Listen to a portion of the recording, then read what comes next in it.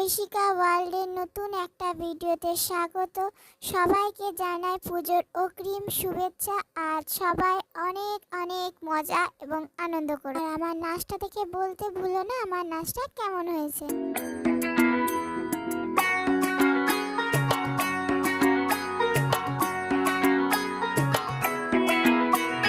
ঢাক বাজা, কাসর বাজা, উলু দে আর শাঁখ বাজা, বছর পরে আবার এলো মাঝে।